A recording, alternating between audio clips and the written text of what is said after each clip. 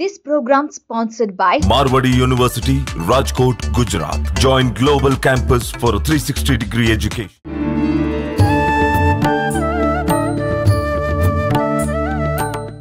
నమస్కారం, welcome to I dream. ధర్మ మార్గం కార్యక్రమానికి స్వాగతం. నేను మీ విజిత. ప్రస్తుతం మనతో పాటు ఉన్నారు ప్రముఖ ఆధ్యాత్మికవేత్త, ప్రముఖ జ్యోతిష పండితులు శ్రీ మాడుగుల శివప్రసాద్ గురూజీ గారు. ఇప్పుడు వారితో మాట్లాడి మనకున్న సందేహాలన్నింటినీ నివృత్తి చేసుకుందాం. నమస్కారం గురువుగారు. ఆశీర్వచనం తల్లి. గురువుగారు, శ్రావణ మాసం రాబోతోంది. శ్రావణ మాసం వచ్చిందంటే అందరికీ కూడా ఒక పండగ వాతావరణం మొదలైపోతుంది. ముఖ్యంగా ఆడవాళ్ళందరూ కూడా చాలా చక్కగా పూజలు, ఆలయాలకు వెళ్తూ ఉంటారు. అయితే ముఖ్యంగా శ్రావణ మాసం విశిష్టత ఏంటి? ఈ శ్రావణ మాసం అంతా కూడా పూజ చేసే విధానం ఏ విధంగా ఉండాలి గురువుగారు? శ్రీ మహాగణాధిపతయే నమః. ఐం మహాసరస్వత్యే నమః. శ్రీ లలితాంబికాదేవియే నమః. తల్లి, శ్రావణ మాసం వినటములోనే చాలా ఎంతో శోభ, ఆ ఉత్తేజము, ఆనందము ఇలాంటివన్నీ కలుగుతాయి. శ్రావణం సహజముగా ఏ నక్షత్రముతో ఇదవుతుందో ఆ మాసానికి ఆ నక్షత్రం ఒక ఇది మనం పెట్టుకుంటాం. శ్రవణ నక్షత్రము, శ్రావణం, ఇలా మనం చెప్తూ ఉంటాం. శ్రావణ మాసంలో దక్షిణాయనము ప్రారంభమైన తర్వాత వెంటనే శుభసూచకముగా ఇక్కడి నుంచి అన్ని ప్రారంభమవుతాయి. పూజలు, కార్యక్రమాలు అన్నీ కూడా. అవును గురుగారు. మనకు ఆయనములు రెండు, ఉత్తరాయణము, దక్షిణాయనము అనేటువంటిది మనం చెప్పుకుంటాం. ఉత్తరాయణములో పుణ్యకాలంలో అంతా ఏమవుతుంది అంటే, ఉత్తరాయణము అనేటప్పటికీ దేవతా ప్రతిష్టలు, వివాహాది శుభకార్యాలు, అలాగే మేలో మామూలుగా శంకర జయంతి అని వస్తుంది, ఉపనయన కార్యక్రమాలు, ఇవన్నీ చేసుకుంటుంటాం.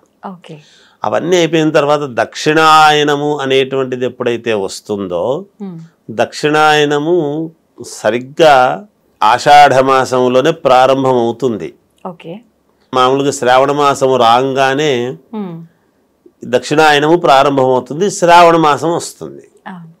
ఈ శ్రావణ మాసము రాగానే పూజలు, అమ్మవారి పూజలు, శ్రావణ శుక్రవారం అని, శ్రావణ మంగళవారం అని, అలాగే శ్రావణ పౌర్ణిమ, పున్నమ అనేటువంటిది.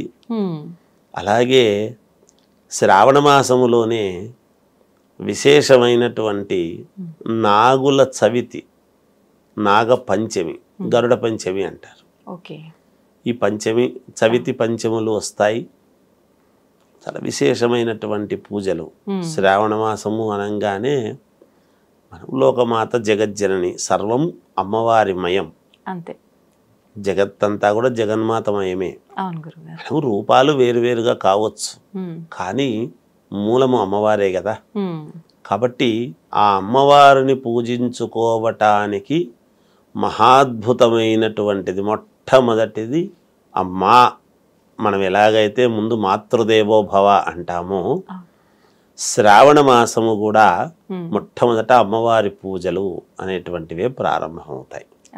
సరే, మొదట ఎట్లాగో శ్రావణ మాసం ప్రారంభం కాగానే శ్రావణ శుద్ధ చవితి, పంచములు రెండూ కూడా. చవితి అంటే నాగుల చవితి, పంచమి గరుడ పంచమిను. ఇవి రెండు ఏమిటి అంటే, ప్రతి స్త్రీకి కావాల్సిండేటువంటిది ఏమిటి అంటే, జీవితంలో వివాహమైన తర్వాత సంతానము, ఈ రెండే స్త్రీకి ప్రాధాన్యత. అంటే మిగతాటివన్నీ కాదు అనేటువంటివి కాదు. స్త్రీకి పరిపూర్ణత్వం ఎప్పుడు అంటే మాతృత్వము కలిగినప్పుడు పరిపూర్ణత్వం అనేది చెప్పారు. ఆ మాతృత్వానికి సంబంధించినటువంటి ఇదే ఈ గరుడ పంచమి యొక్క ప్రాధాన్యత. అందువలన అమ్మవారి పూజలు విశేషముగా. అలాగే శ్రావణ పౌర్ణమి, శ్రావణ శుద్ధ పౌర్ణమి అని వస్తుంది. పౌర్ణమి నాడు విశేషముగా మనం ఏ పూజలు చేసుకున్నా, మాసము గొప్పతనం అంతే, ప్రతి మాసము గొప్పదే. అంటే ఈ శ్రావణ మాసములో అమ్మవారికి, కార్తీక మాసములో పరమశివుడికి, మార్గశిర మాసములో విష్ణువుకు, ఇలా ఉండినా ఇక్కడ ఒకటి మనం చెప్పుకోవాలి. శ్రావణ మాసము అనంగానే అమ్మవారు అనేటువంటిది ఎప్పుడైతే అంటామో, శ్రవణ నక్షత్రము వెంకటేశ్వర స్వామిది. అంటే ఒక రకంగా విష్ణువు అది. ఉమ్, మరి అమ్మవారిని అనుకున్న తర్వాత స్వామివారిని అనుకోవాలి కదా. అంతే. అందుకని విశేషముగా ఈ శ్రావణ మాసములో నిజానికి శాస్త్రాలలో సత్యనారాయణ స్వామి వ్రతాలు చేసుకుంటే చాలా ఫలితాలు వస్తాయని చెప్తారు. ఓకే. మామూలుగా కార్తీక మాసమున కానీ, అవును. ఒక పౌర్ణమి నాడు కానీ, ఉమ్, రవి సంక్రమణ దినమున కానీ, ఉమ్, ఒక శుభదినంబన ఏకాదశి నాడు కానీ ఇట్లా చెప్తాం దాంట్లో. అవును. కానీ శ్రావణ మాసం మనం అందుకే కదా మహాదేవియే చ విద్మహే విష్ణు పత్నీ చ ధీమహి తన్నో లక్ష్మీ ప్రచోదయాత్ అంటున్నాం. అవును గురుగారు. అమ్మవారిని ఎప్పుడైతే అనుకుంటున్నామో విష్ణు పత్నీ చ ధీమహి చెప్పుకుంటున్నాం కదా. చెప్తున్నాం. అందుకని స్వామివారికి కూడా శ్రవణ నక్షత్రము కాబట్టి స్వామివారికి కూడా మనము అమ్మవారితో పాటు చేసుకుంటే అంటే లక్ష్మీనారాయణ స్వామి స్వరూపం. ఓకే.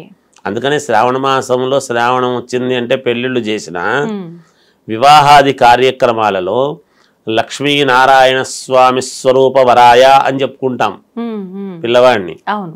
ఇక్కడ లక్ష్మీదేవి అక్కడ లక్ష్మీనారాయణుడు అనేటువంటి భావనతోనే చెప్తాం. ఆ, ఎవరు చెప్పుకున్నా ఎందుకు ఉమ్, అసలు నారాయణుడిని ఎందుకు మనం అనుకోవాలి అంటే వైభవం.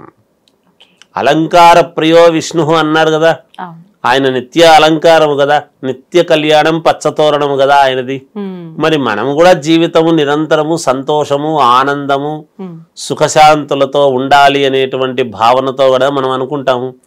అందువలన ఈ శ్రావణ మాసము రాగానే ఉమ్, అమ్మవారిని అయ్యవారిని అంటే స్వామిని ఇద్దరిని కూడా పూజించుకోవటం అనేటువంటిది ఆనవాయితీ.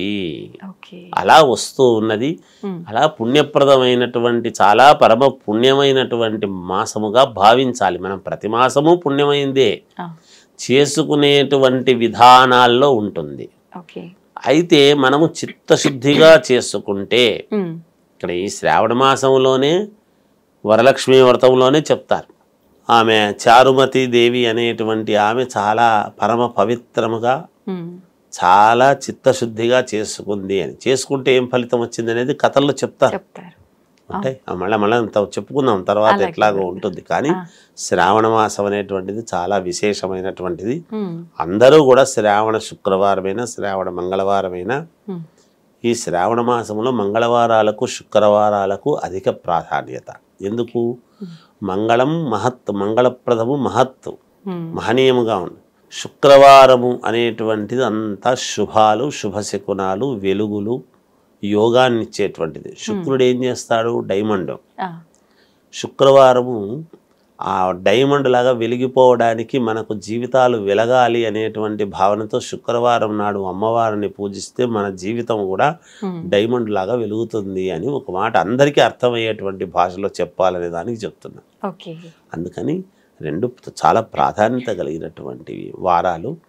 వీటిని ఎవరి శక్తి అనుసారం వాళ్ళు పూజలు చేసుకొని పుష్పం పత్రం ఫలం తోయం ఎవరికి చేతనైనంతే అంతే. వాళ్ళు అందరూ ఏదో ఇవే పెట్టుకోవాలి అవి పెట్టుకోవాలి అని కాదు. ఎవరి చేతనైనంత ఇదిగా. పూర్వం అన్నీ కూడా మట్టి ఇళ్ళు ఉండేటివి. శుభ్రముగా ఆవు పేడతో అలుక్కొని ముగ్గులవి పెట్టుకునేసి ముగ్గు పిండితో అలంకారప్రాయంగా కట్టుకునేవాళ్ళు. దాంట్లో ఏముంటుంది? ఆవు పేడతో అలుక్కుంటే ఎంత పచ్చదనము పవిత్రముగా ఉంటుంది.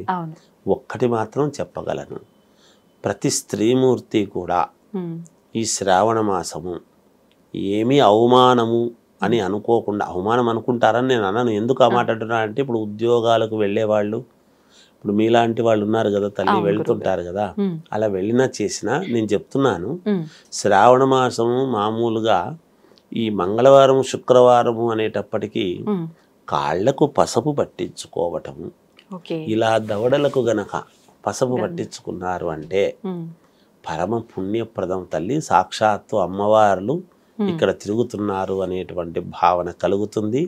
ఇది చేసుకోండి అని నా యొక్క చిన్న సలహా తల్లి. ఎందుకంటే పాటిస్తే వాళ్ళకే మంచిది అని తెలియజేస్తాం తల్లి, అంతకంటే వేరే ఏం లేదు. సంతోషం గురుగారు. మీలాంటి పెద్దవాళ్ళు చెప్తే మాకు చాలా సంతోషంగానే ఉంటుంది. మీరు అన్నట్టుగా ఆచరించాలనుకునే వాళ్ళు ఆచరిస్తారు, వద్దనుకునే వాళ్ళు వదిలేస్తారు. దానికి మనం ఏం చేయలేము. వద్దని ఏ స్త్రీమూర్తి అయినా పాదాలకు పసుపు పట్టించుకోవడంలో ఏమిటి అంటే శుభప్రదం, లక్ష్మీత్వం. ఓకే. ఒక స్త్రీమూర్తికి ఉన్నంతటి విలువ ఇప్పుడు పురుషుడి యొక్క గొప్పతనం ఎప్పుడు తెలుస్తుంది అంటే స్త్రీని చూసినప్పుడు తెలుస్తుంది. ఆమెకు చూడండి అంటే మనము వేరే విధంగా అనుకోనక్కర్లేదు. అమ్మవారి ఫోటోలు చూసినా కూడా చాలా నగలు పెట్టుకొని ఉంటుంది. అసలు అమ్మవారికి కూడా నగలు అవసరమా నిజానికి అనుకుంటే? అంటే అమ్మవారికే నగలు అవసరమైతే మామూలు స్త్రీలు కూడా అనుకుంటారు కదా తల్లి. అవును గురుగారు. ఎందుకు ఆ పచ్చదనము అంటే ఎప్పుడు వస్తుంది? బంగారము మన ఒంటి మీదకి ఎప్పుడు వస్తుంది అంటే మనము పసుపులో మరి ఏముంది? లక్ష్మీత్వం కదా తల్లి. పసుపుతో తయారైనటువంటి కుంకుమ కదా నుదుటను పెట్టుకుంటున్నాం. పసుపు చాలా ప్రాధాన్యత కలిగినటువంటి అది. నేను చెప్తున్నాను కదా, పాదాలకు పట్టించుకొని ఏమి తప్పు కాదు కదమ్మా. ఆడవాళ్ళు పాదాలకు పసుపు పట్టించుకోవడం తప్పెట్లవుతుంది? ఏ ఉద్యోగానికైనా పోవచ్చు. అక్కడ ఆమెను ఎట్లా చూస్తారంటే అమ్మవారి లాగా చూస్తారు. మీరు డ్రెస్ ఏమన్నా వేసుకోండి, నేను దాని జోలికి నేను వెళ్ళలేదు. పాదాలకు పసుపు పట్టించుకొని ఇలా దవడలకు పసుపు పట్టించుకున్నంత మాత్రాన తప్పి ఉంది అందులో? అలా చేసి చూడండి ఈ నెలంతా, మీకు శుభాలు జరుగుతాయని ఖచ్చితంగా నా ప్రగాఢమైనటువంటి నమ్మకం తల్లి. అందుకు అంతే. సంతోషం గురుగారు, చాలా చక్కగా వివరించారు. ధన్యవాదాలు. జయ.